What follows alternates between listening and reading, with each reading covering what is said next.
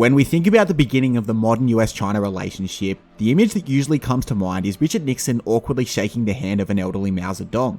And hey, that's important, in fact so important that we devoted an entire episode to it, which you can check out here. But the reality was that very little content was achieved in that initial meeting. And China was basically sitting there waiting for more talks to continue and for the US and China to normalise their relations. However, the early 1970s had a lot else going on for the USA. The Watergate scandal forced Nixon's resignation, and then when Gerald Ford took over, having controversially pardoned Nixon, to then continue to publicly pursue Nixon's China policy wouldn't have exactly been the best PR. Not to mention that the withdrawal from the Vietnam War was the dominant foreign policy issue of the day. However, by the end of the 1970s, both China and America were under new management. Mao Zedong had since died and Hua Guofeng had taken over as the new leader, though the Politburo was slowly ousting him in favour of Deng Xiaoping. And in the States, Jimmy Carter was the new president. The world was now truly about to change. Hello there. Okay, so today we're covering part 2 of China Revisited as we look at the history of the modern US-China relationship. And if you're new here, make sure to click the subscribe button below so that you become an expert in all things modern China. So basically, Deng Xiaoping had one of the most interesting lives in 20th century politics.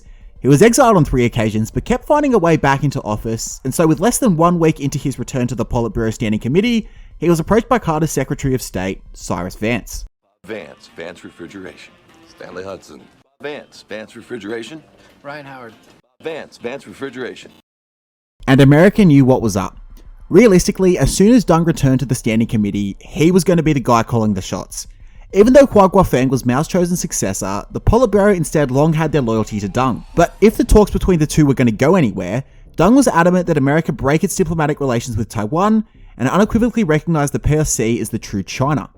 Deng certainly was keen to pursue a relationship, mainly for access to US science and technology, though for him this was a deal breaker.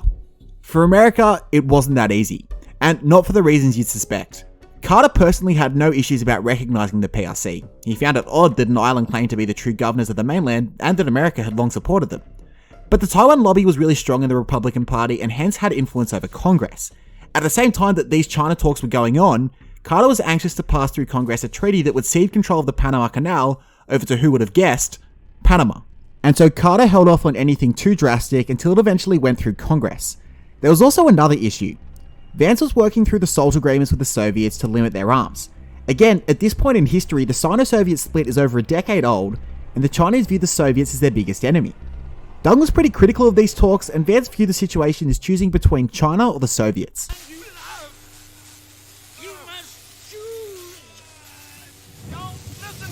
Unsurprisingly, Deng didn't take too well to Vance and looked elsewhere. He met with George H.W. Bush, who used to be the American liaison officer under Gerald Ford, and then he also met with Democrat Senators Ted Kennedy and Henry Jackson, who heard him out but couldn't really do anything. Communication would ultimately begin through Leonard Woodcock, who took over from Bush and relayed Deng's points back to Carter. Carter changed approach and sent in his national security advisor, Zbigniew Brzezinski.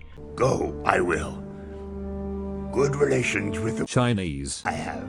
Who, like his predecessor Kissinger, was dispatched in secret so that Congress wouldn't disrupt anything. Brzezinski left the day after the Panama Canal legislation went through and said that they were ready to play ball and recognise the PRC over Taiwan on the condition that they get to break the announcement and put their spin on it. Huang Hua was happy, but Deng enforced the idea that SALT talks were counterproductive and gave too much to the Soviets. Brzezinski basically said, well, let's make a bet. Who's less popular in the USSR? You or me. So in July of 1978, formal talks began, still in secret, towards reaching the normalization of relations. America came in with a broad agreement to recognize the PRC over Taiwan, though the specifics would have to be negotiated, and they gave themselves the deadline of December to come to an agreement so that Congress wouldn't catch wind and derail anything. The talks looked pretty promising, but there was a bit of confusion that nearly undid it all. China was advocating for the USA to stop selling weapons to Taiwan, and Deng Xiaoping thought this would force them to reunify with the PRC, and alternatively, America wanted to keep that option open because politically it would annoy the Taiwan lobby too much and annoy the arms manufacturing industry. They reached a compromise to sell F-5E fighters, but nothing more advanced, and Deng was pleased with this and even gave an interview to the American journalist Robert Novak. But the miscommunication came around America's agreement to not sell arms to Taiwan during 1979. Deng thought it was an agreement from 1979 onwards, but the USA thought it was only for 1979 and they were keen to resume sales once again in 1980. Brzezinski suspected that China had a different impression of the talks and ordered Woodcock to check that Deng and America were on the same page. Thankfully, at that point, rather than later, they found out they certainly weren't on the same page, and Deng was furious. Confusion of the highest order. He said now there was no chance for Chinese reunification, and Woodcock even relayed back to Carter that he thought negotiations were going to end at that point. However, Deng decided to relent and go along with the deal anyway for several reasons.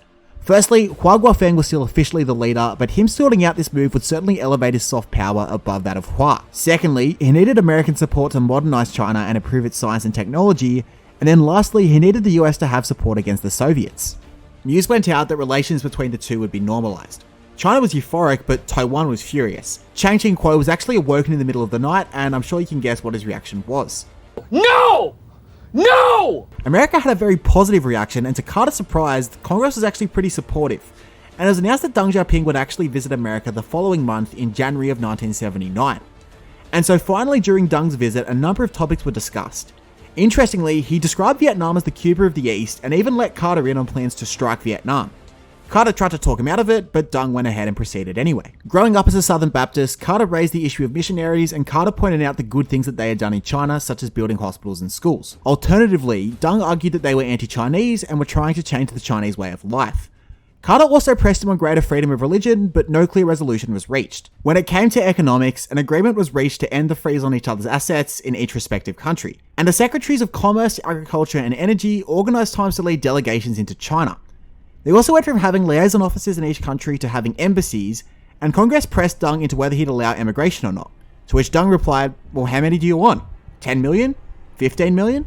Now, there were some protests during Deng's visit, and understandably pro-Taiwanese Americans would protest him, but then also a few Maoist communists who believed he was betraying the revolution also showed up to protest his presence.